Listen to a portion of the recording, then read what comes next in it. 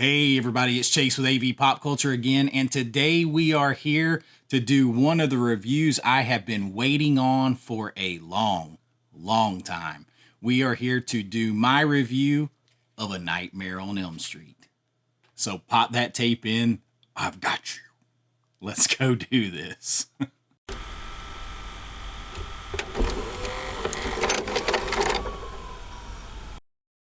All right, so A Nightmare on Elm Street, the original. This movie holds a huge special place in my heart. It is the first horror movie that I remember seeing. I got the Steelbook last night. Now, I was going to wait to do this review, but I saw a couple of others, or like the first review out, and I felt like from somebody, I'm a huge fan, of course, but I'm a filmmaker too, so I wanted to kind of get my review out there in case you were on the fence. These are getting hard to find, but I wanted to get this out there. So I have the big, huge box collector set coming as well, but my Steelbook got here last night, and I immediately watched this movie. And I have spent a lot of time putting together this review. And the review is going to be a little bit different. You're going to see where I'm going to go over to the TV. So just remember, when I'm showing you anything on here, it is unscientific, because a lot of side-by-side comparisons with still shots people can manipulate very easily. And I don't want to, and it's just hard. It's hard to tell. So what I'm going to give you here is just reference only. I don't do anything to these clips. It's literally just me taking my 4K camera and recording my 4K TV playing. And keep in mind, I'm not even reviewing this on an OLED. It's a QLED. So it could look even better. So just kind of want to lay those ground rules out, because there's a lot of things I want to address and a lot of things I want to point out. We'll start out with the specifics. We all know about this artwork. This is the same artwork that's on that Blu-ray set right there. Now, the big box set that's coming has the original artwork on the outer big slip box. It's just one disc in here. So you just have your 4K disc. And you got there on the spine, if you can see that.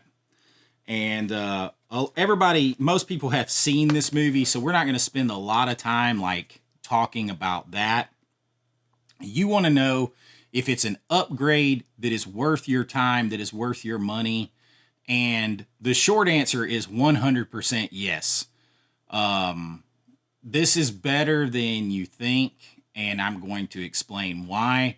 And maybe why some people got tripped up a little bit. And everybody's taste is different. So don't get me wrong. Like, I see it one way from a fan and a filmmaker's perspective. You might see it another way.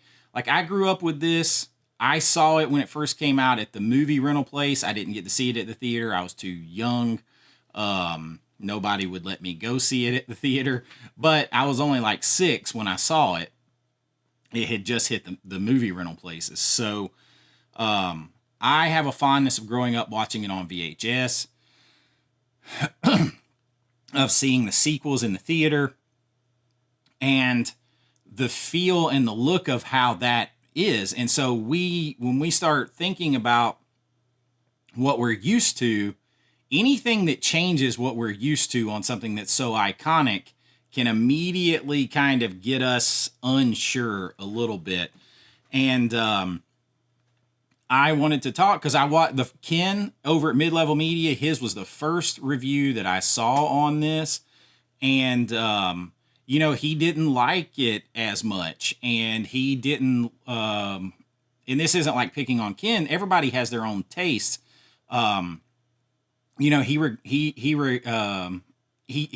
remarked about how it's so blue in some places, and it feels so blue, and he remembers it looking very different. And he's not the only one that I heard that from. So I was like, let me take a look at this and see why. we're going to talk about why the blue is, and why actually I think you're seeing this movie now for the first time ever, how it was intended to be seen. So that's going to get into like color grades and stuff like that.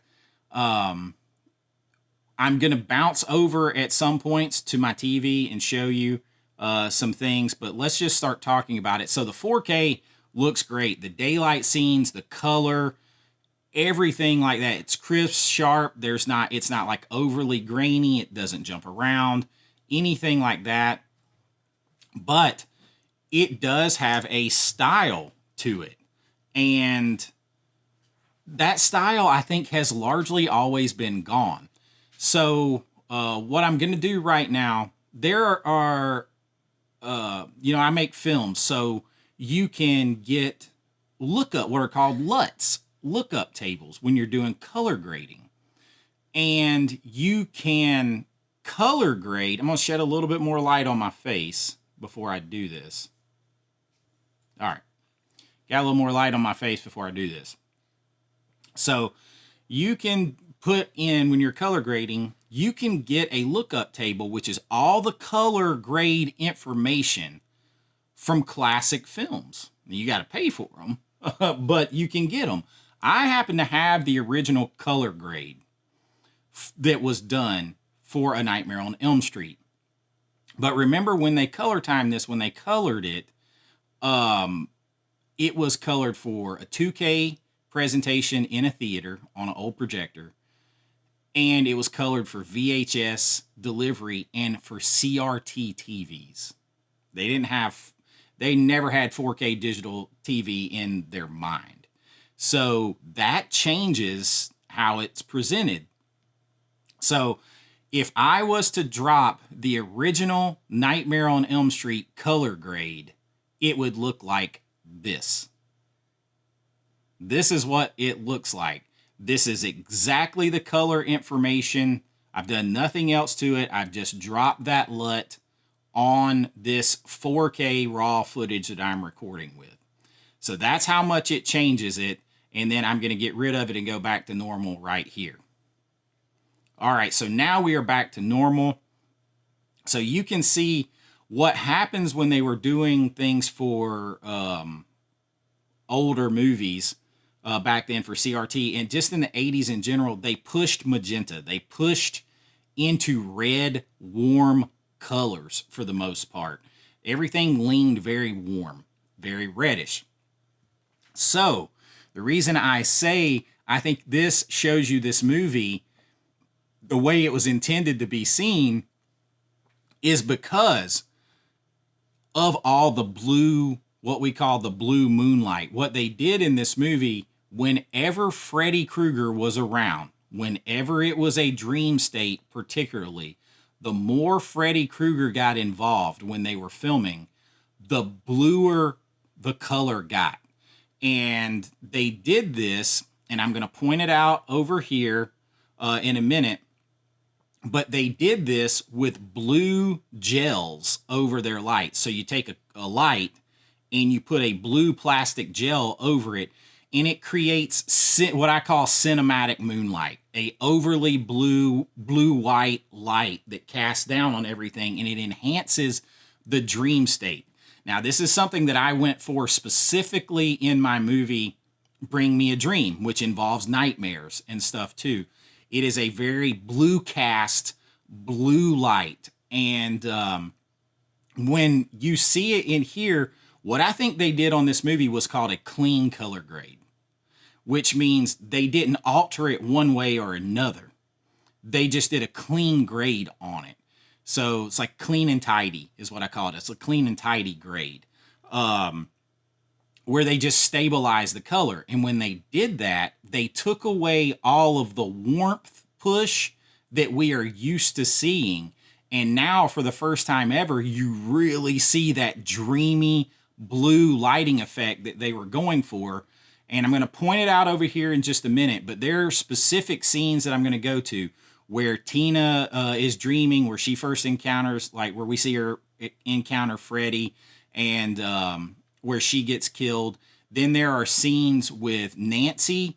And you'll notice as she's falling asleep, the closer and closer she gets to Freddy, the deeper into the dreams, the bluer and bluer stuff gets a lot of times.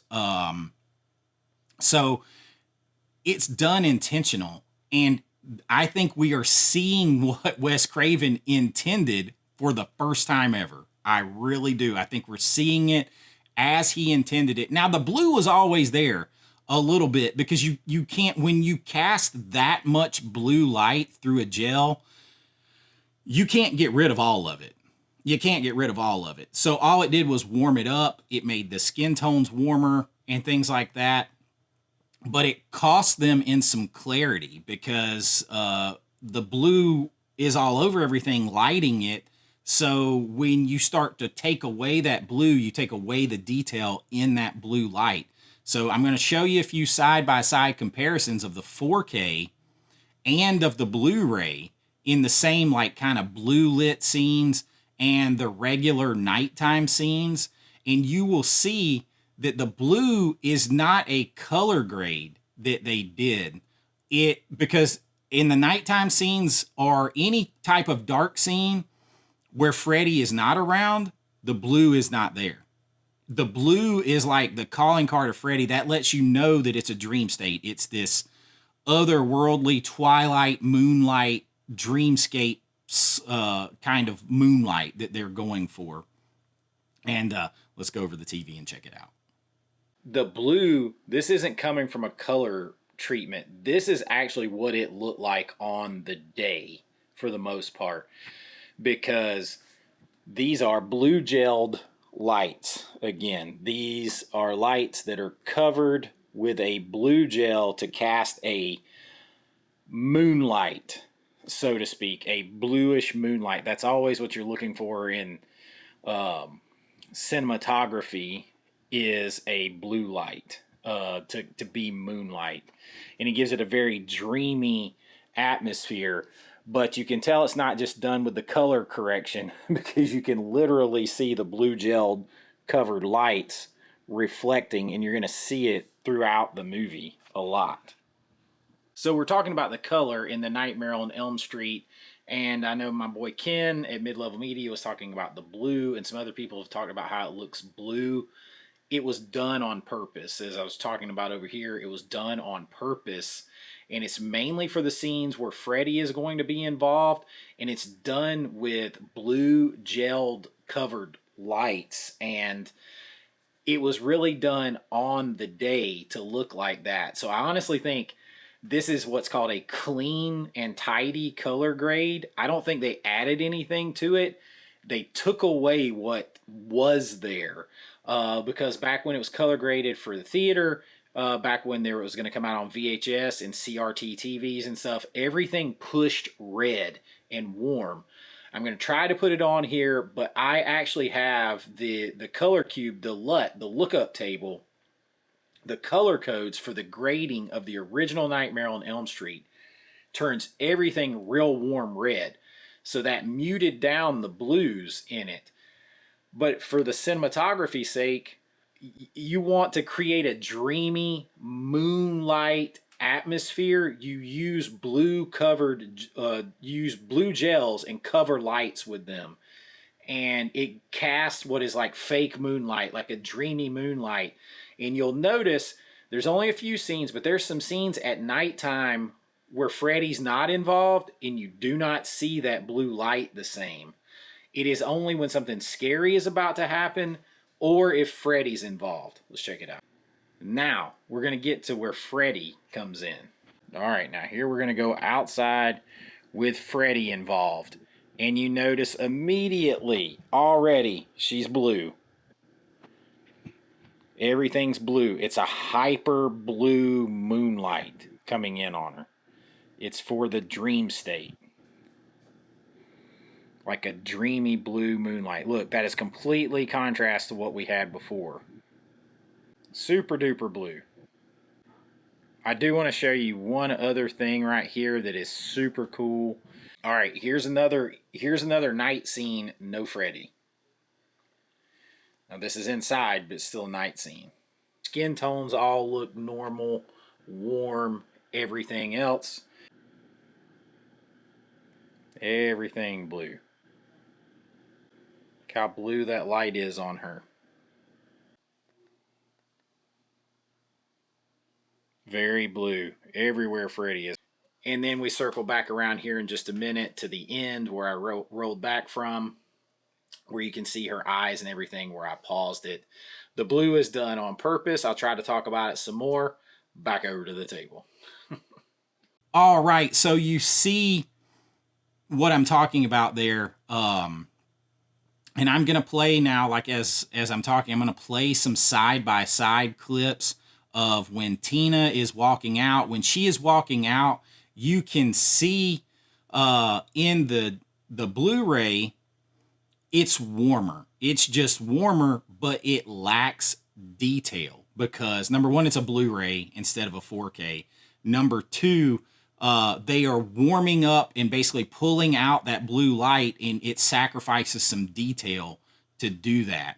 So she's still very blue because that is another sign that is purposeful, that they shot the blue because you can't get it all out. So she's still very blue, but she's nowhere near as blue in the Blu-ray as she is in the 4K, because the 4K is giving you back just a clean grade. It's getting rid of that warm magenta push, and it's just basically giving you a fair look at what they shot on the day.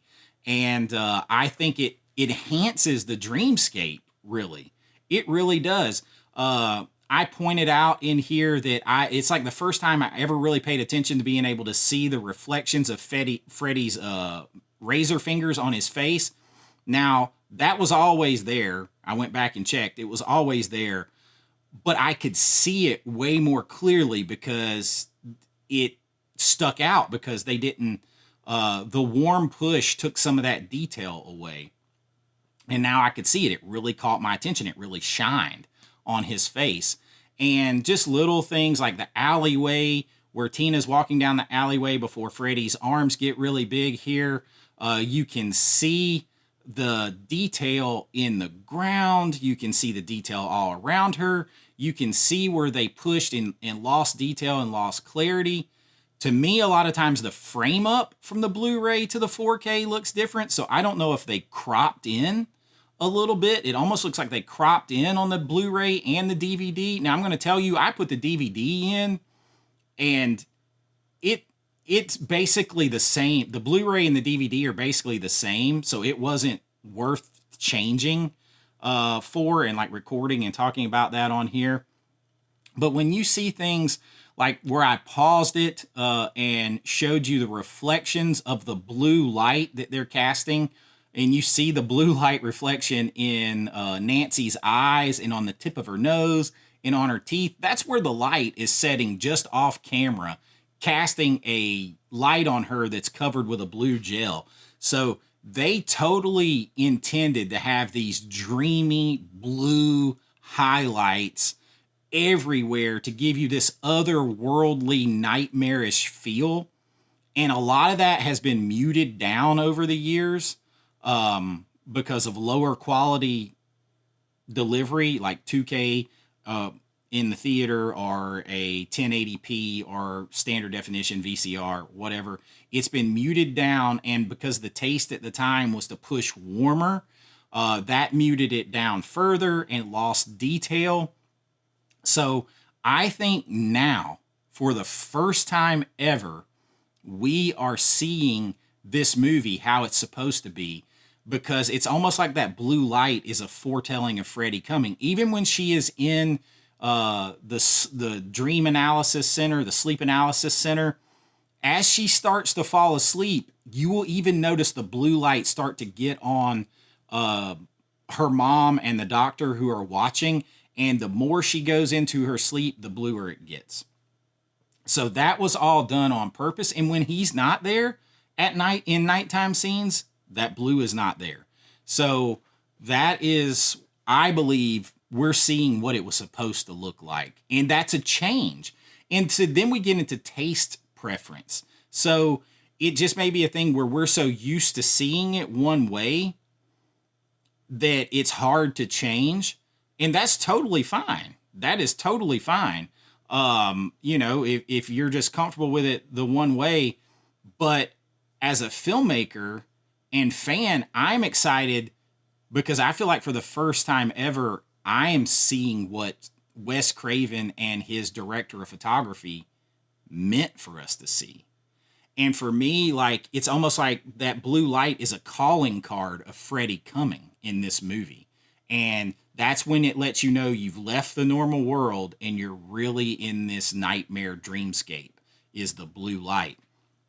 And then we want to get into the detail. We're going to go back to the scene with Tina in the alleyway, and it is no comparison. And I mean, I don't like side-by-side comparisons because all the reasons I've explained before. But when it's so stark and evident between the two, and this is, again, me recording my TV with my 4K camera, and even so that now it's compressed through YouTube, but you can still see the difference so big time, like in the amount of detail retained, the highlights, the clarity. It is no comparison. It's no comparison. Like, I honestly think I'm going to take the other side to this, knowing what I know about filmmaking and being a fan and wanting to see the cinematographer and Wes Craven's original vision. You can see it in this, and seeing what everything the film is supposed to be is awesome to me. I don't get free copies. I don't get anything. Nobody sends me anything. So you're always going to just get my unadulterated opinion, and it's going to come from the knowledge that I have of filmmaking and just from being a fan. Now, it definitely looks different than what I'm used to, but you can tell, like, there's no stylization going. So whoever color graded it, they didn't take it upon themselves to change the feel of this movie. It is a clean grade. It's just, all it is a clean grade. The colors are balanced, and then they just let the cinematography fly. So I feel like I've learned something new. I mean, you've always seen the blue a little bit, but now it's such stark contrast. It's like one of his calling cards. It is this blue moonlight nightmare dreamscape. And I think it's fucking awesome. I really do. I would start to put this in, the top 10, 15 4Ks I've seen this year. And now, is it as good as another one that I'm reviewing here soon, The Wolfman, as far as a 4K restoration? No. But it is more than a worthy upgrade. It is allowing you, I believe, for the first time ever, to see this movie how Wes Craven and his cinematographer intended for you to see it. It is allowing you to see something that has always been there, but has been hidden under bad resolution and a warm pushed color grade. And it's giving you part of the feel and the calling card of Freddy to let you know you're in a nightmare and a dreamscape. It's giving you that back. And I mean, there's no question about the daylight scenes. I mean, they're just beautiful. And the nighttime scenes, indoors or outdoors, when Freddy's not involved, you can't ask for anything better. There is a scene where they're all outside early with Johnny Depp's in there when they're going to spend the night with Tina. And you look at the noise and the loss of detail and everything in the Blu-ray in the background. If I have it, I'll put it up here. And you compare that to the 4K, and there is no comparison. There is no comparison side by side. And I think it's worth it. I mean, it's like, if you can get this steelbook, it's like $29.99. I mean, come on. It is 100% worth it to have a new take, which I believe is the original take on A Nightmare on Elm Street, the first horror movie I ever saw, and holds a place in my heart. And I look forward to more. I definitely, they crapped out on special features. There's no excuse for that. There needs to be more special features. They could have done something. I've met Heather Langenkamp. She does horror conventions and stuff. You could have gone to her. They really, really could have done more in way of extra features. Yeah, sure, you couldn't get Johnny Depp and obviously Wes Craven's past, but you could have gotten Heather Langenkamp. You could have gotten some other people to talk about this. Robert Englund, I believe you could have got those two back. And I think they dropped the ball on that. But as far as giving us a new movie to see in a new way, which is really the original old way, and the clarity and crispness of this, it's worth every bit of $29.99. And I think it's one that you got to add to your collection. And I'll tell you if I don't think so. Like with Desperado, I was on the other side of the fence with that. I think it's a crisp, great looking 4K, but the color doesn't do anything for me. Like it's a washed out, but that's what he was going for. So it looks great, but it's not going to show off your 4K system.